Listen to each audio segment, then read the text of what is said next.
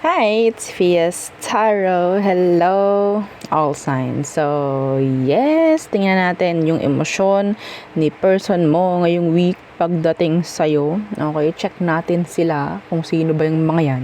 Okay? Pero yeah, again, before tayo mag-start, kung di ka pa nakapag-subscribe, please do subscribe and hit the notification bell para lagi po tayo maging updated sa mga mangyayari pa lang. And again, kung may tanong po pagdating sa private reading, just message me sa akin pong FB page for more info. Ganun rin po ha, pagdating sa ating mga charms. Yes, yes, yo. Okay? So,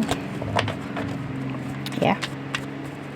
Yung pantanggal po ng blockage, panglahatan po ha. Okay? So, pansin mo, kung may blockage ka, number 1, kahit anong ginagawa mo, pagod ka na sa mga pinupursige mo, hindi pa rin nangyayari. Yan. Okay, yun lang sasabihin ko. Maraming mga dahilan, maraming mga signs para malaman kung may blockages ka. Okay, pero yun yung isang sign. Okay, yun ang number 1. Okay, so ayun ang job description ni Cordka, tanggalin kung ano yung nagbibigay sa'yo ng blockage. Yes. Okay, ikakat ngayon lahat. Okay? And syempre, yung ating 2-in-1 Love and Money Bracelet for love and money with citrine stone. Okay? Madalas ginagamit ng mga nagbi-business. Okay? This is for money kasi, no? So, si citrine kasi is a money magnet. Tandaan nyo po yun, ha? Money magnet ang mga citrine stone. Yes, oo. So, the merchant stone na sinasabi. And yung ating taga-grant. Oo, si granter necklace. So, pareho silang unisex. Paano naging unisex, madam, yung bracelet? Kung lalaki ka, lagay mo siya sa red pouch. Wala namang problem doon. Okay? So, yeah, available rin yung ating mga evil eye protection. Iba po ang evil eye protection dito. Ha? Protection lang po ito. Itong mga ito, yung mga evil eye protection natin. Protection lang po yan. Ha? Pagdating sa mga evil eye na ibinabato sa inyo. Ito pang malakasan to, pang mabigatan. Yes. Okay? And syempre, yung ating cleansing kit na napaka-importante pagdating sa inyong mga charms. Okay? Kasi sila yung nag-cleanse. Yeah, and nagre-recharge. So, paano kung low bat na yan? Napapansin mo yun, parang hindi ka na hindi na siya nakakapagbigay sa'yo, or sabihin natin, napakadalang na, parang ganyan. Yes. Or feeling mo kailangan mong i-cleanse or i-recharge kasi pwedeng nahawakan ng iba, napansin ng iba, mga ganyan. At kung ano man yung bawal sa charm mo kahit hindi galing sa akin. Okay? At nangyari, yan. Pwede mo yan gamitin. Okay, walang problem. Yes. So, let's see your person's emotion this week. Air sign. So, who is this? Who is this? The Chariot. Pwedeng mahilig sa sasakyan, mahilig mag-travel, iba sa kanila. Could be a Cancer yan. Ace of Swords. Some of you, this is a new person. Pwedeng communication pa lang ang nagiging open talaga, pero there's something. Let's see, ano talagang emosyon ito for you? Ano talagang emosyon niya for you? Pwedeng Cancer, pwedeng Aquarius. The Nine of Wands Universe, uy, gusto na niya maging open. Gusto na niya na maging open. Ayaw na niya na ng pagtatago.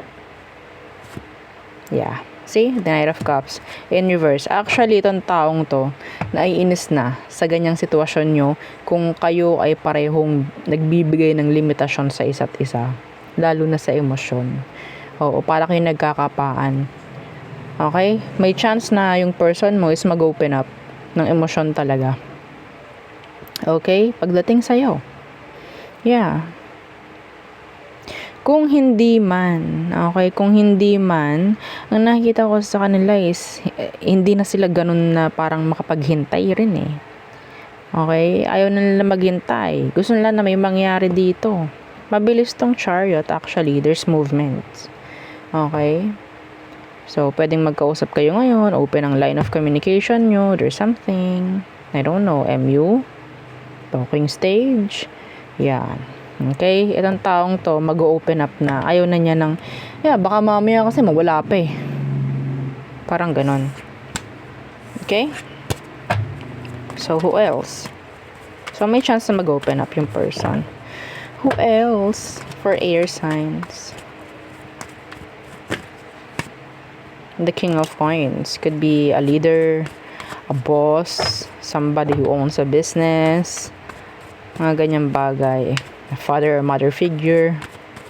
Grounded, guarded. Some of them, they're too serious. Could be a Capricorn.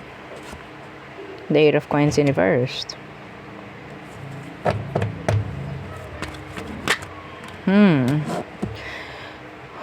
Okay. Earth signs, Taurus, Virgo, Capricorn. Some of them, hindi mo nakikitaan ng consistency. Paging consistent. Persistent. Sa taong ito, hindi ka nakakita ng ganyan. Masyado silang busy. Hindi na sila nakakapag-focus sa iyo. So, nagkakaroon ng imbalance. Napapag-isipan mo na yung person mo na kung ano-ano. Let's see. What is their real emotion? Deep down, their true emotion for you. The Queen of Swords in reverse. Oh no. And the Temperance. Naboboard yung person mo. Actually, kung ikaw is maganto, hindi para sa lahat. Kung ikaw yung maganto, ina-avoid niya yun. Ina-avoid ka niya kasi ayaw niya ng maganto. Ayaw niya ng makuda. Okay?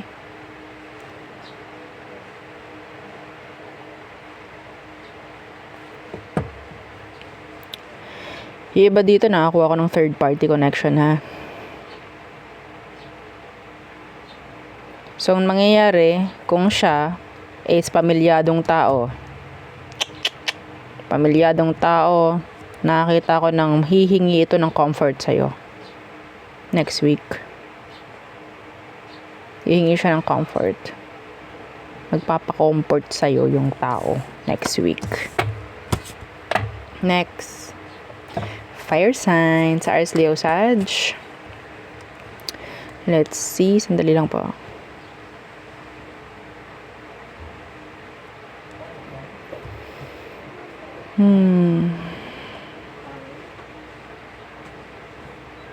Okay.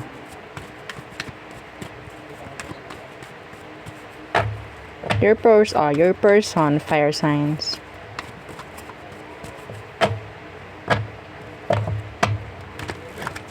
And let's check their emotions for you. Who is this?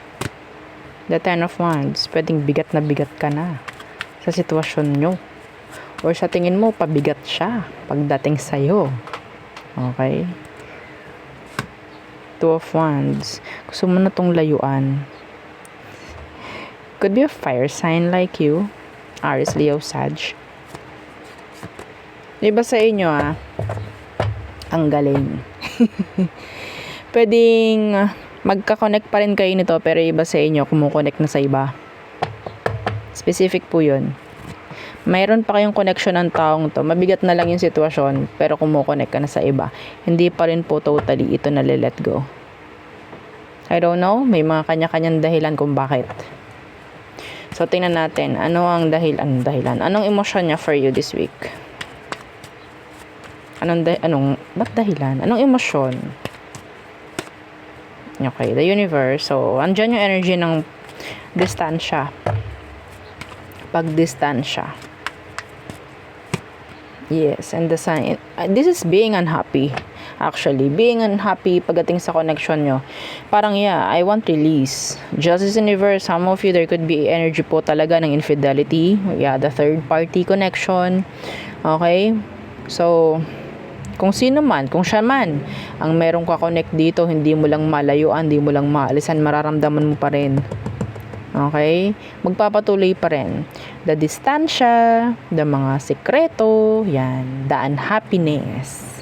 Yeah, the Seven of Swords, this is totally, yeah, literal na third party connection. May third party dito.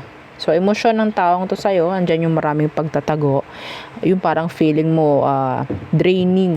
Okay, yung energy. Makausap mo lang siya.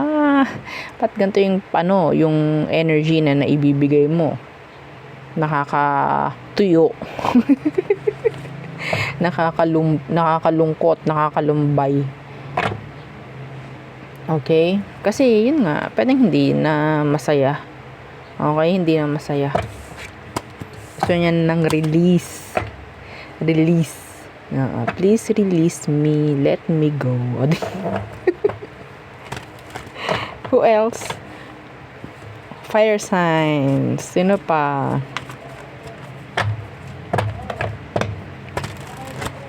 Sino pa? The person. Pasensya na po ako sinisipon. Okay, the Empress. Nawawalan ka na ng gana sa kanya. Yeah, gusto mo na itong bitawan.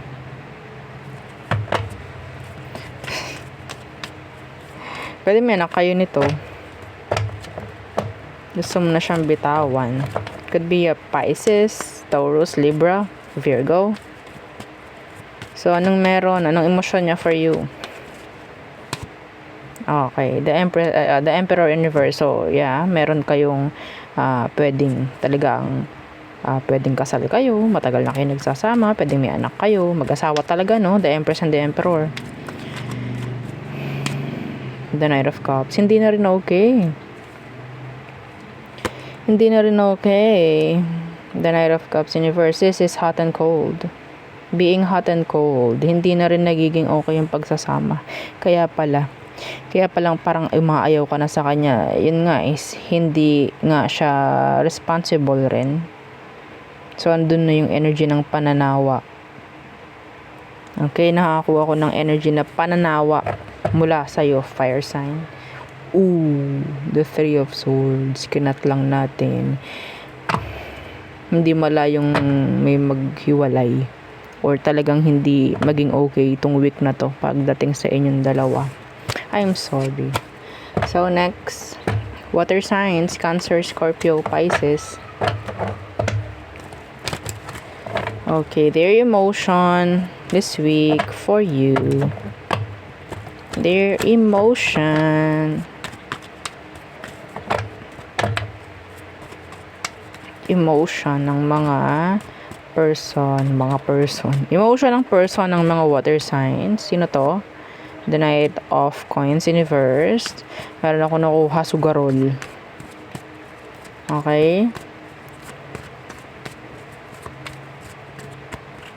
Or may mga bisyo. Hindi marunong humawak ng pera. Could be an earth sign.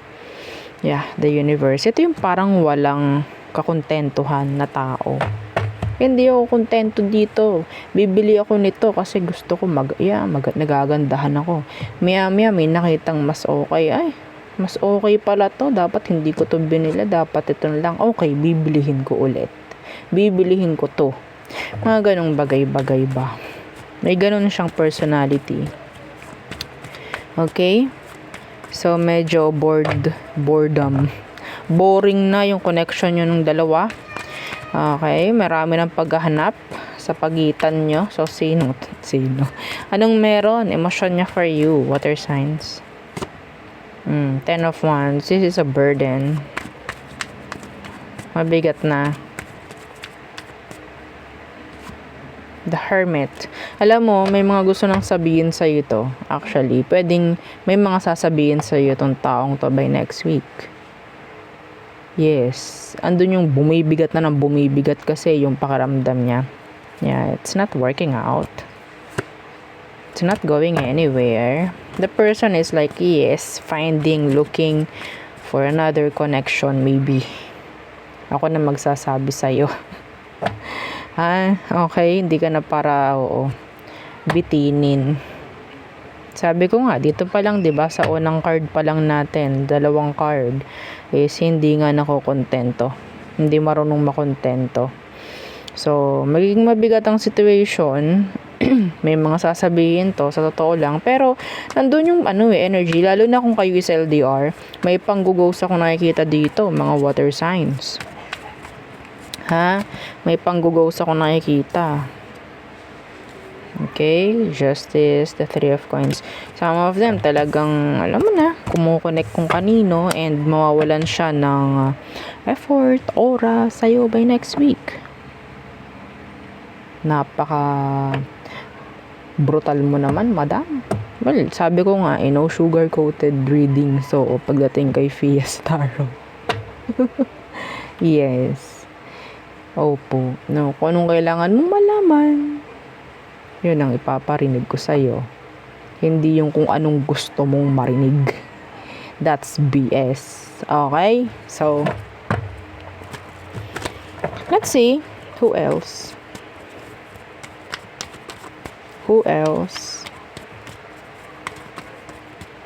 Sino pa? Water signs. Sino pa itong taong to?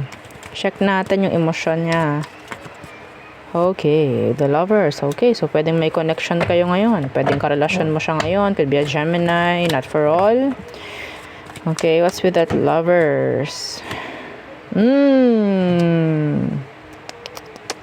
The Justice in reverse. Could be a secret affair.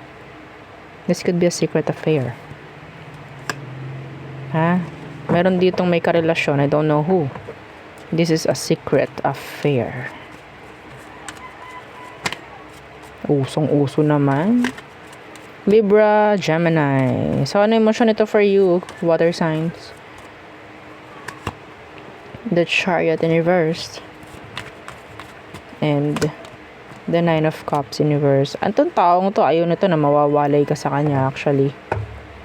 Okay, yeah, the Moon. Mahirap din para sa kanya na mawala ka kung sakali. Yeah, the 10 of Wands, even though they know na kailangan nila itong release. Pero hindi nila kaya. Some of you, nagkaroon na kayo ng attachments, nagkaroon na ng codependency. Okay? Kaya, yeah, the Chariot in reverse, they won't go anywhere. They'll stay. They will. Gusto ko nito na nandyan ka lang. Even the connection is not really, sabihin nating okay.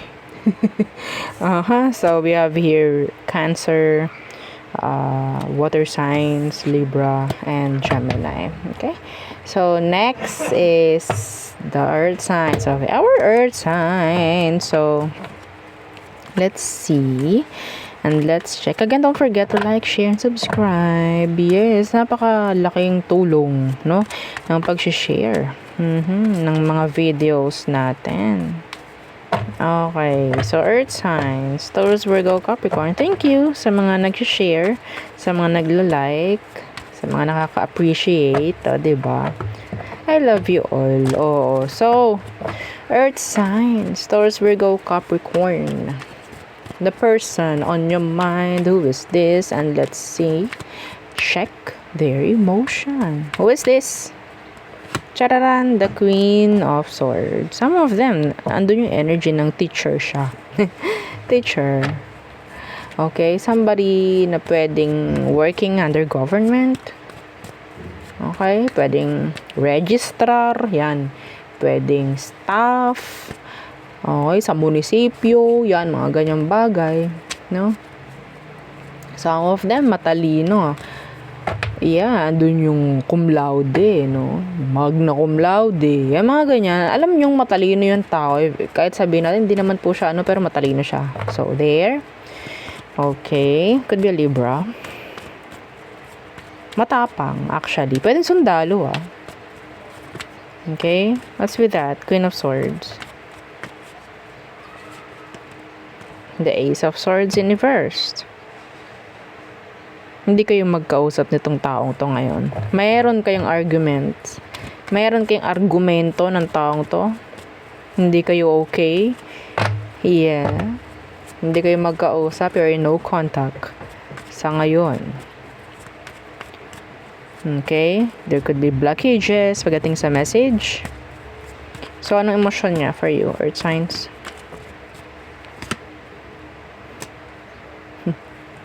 The Six of Coins. They want something, forgiveness pagdating sa situation. Four of Cups. Itong taong to nag-iisip. Yeah. Nag-iisip siya ngayon. Wow, ang aga ng bingguhan doon sa kabilang bahay. Sandali lang, hintayin niyo ako. Joke lang. So, the person, nag-iisip siya na, parang kailangan ko na makipag-ayos. Kailangan ko na maging okay kami. Yeah, walang patutunguhan to kung hindi kami mag-uusap. So, some of you, pwedeng magkaroon ng pag-uusap the next 7 days or, this coming week. Pagdating sa inyong dalawa, may pag-uusap na mangyayari po. Okay, yes, may mag-reach out dito. I don't know who, kasi meron dito nga nasasayangan eh. Okay? May nasasayangan dito. It's like, wala namang kasing silbi kung kami hindi mag-uusap, hindi masusolusyonan yung mga dapat solusyonan. So, may pagkamatalino talaga yung person mo, no? Hindi siya yung puro emosyon. Anyway, there. So, next, Earth signs. Again, who is this? One more. The person. Hang on. Sandali lang po ha. Okay.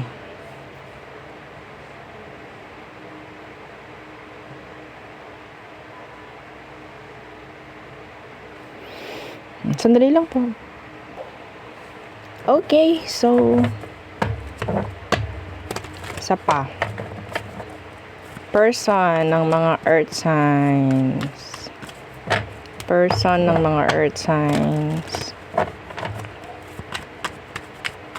Sino to? Justice.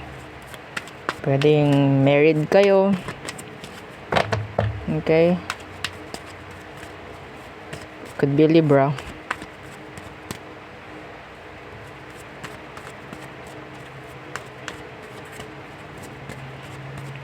Justice. The Knight of Coins in reverse. Oh, some of them, this is specific. Meron silang kaunting issue pagdating sa pera. Okay? Could be legal issue, legal matter. Let's see.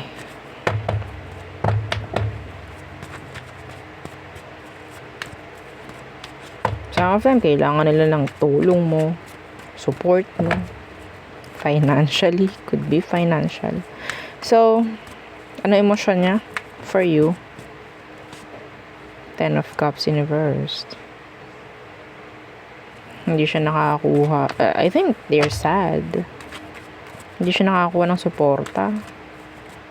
Okay. Some of you, pwedeng meron kang anak nga with this person. Hindi siya nagiging, sabihin nating reliable, no? Pagdating sa finance, pagdating sa support. Okay? The Ten of Cups is here in reversed. Four of Swords in reversed.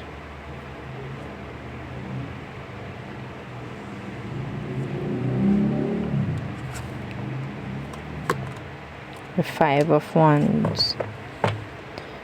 You'll hear from them, some of you. You'll hear from them, lalo na kung kayo'y hiwalay, meron ditong energy ng hiwalay. Okay? You'll hear from this person. Magkakausap kayo this week, I think. May pagpapakumbaba akong nakukuha sa kanila.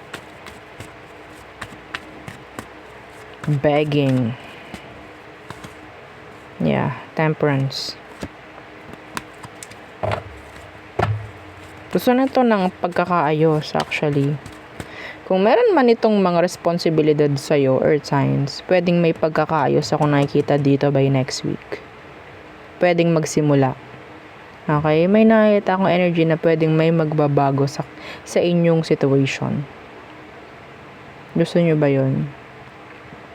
I want that para sa'yo. Pwedeng may mabuo muli na pamilya. Pwedeng may magsisimulang muli. Yes, claim it kung gusto nyo yun. Share this message. Share this video para mas maging malawak, mas maging maraming makaalam para mag-manifest. Okay? Ganun po. Ha? So, I think, may magsisimulang muli. The Page of Wands. This is nice. Nice. Yung ating huling reading. Anyway, so yun ang aking reading for you all signs. Again, please don't forget to like, share, and subscribe, and follow our FB page and yung sa nating YouTube channel na nasa description box below. Again, thank you. Goodbye.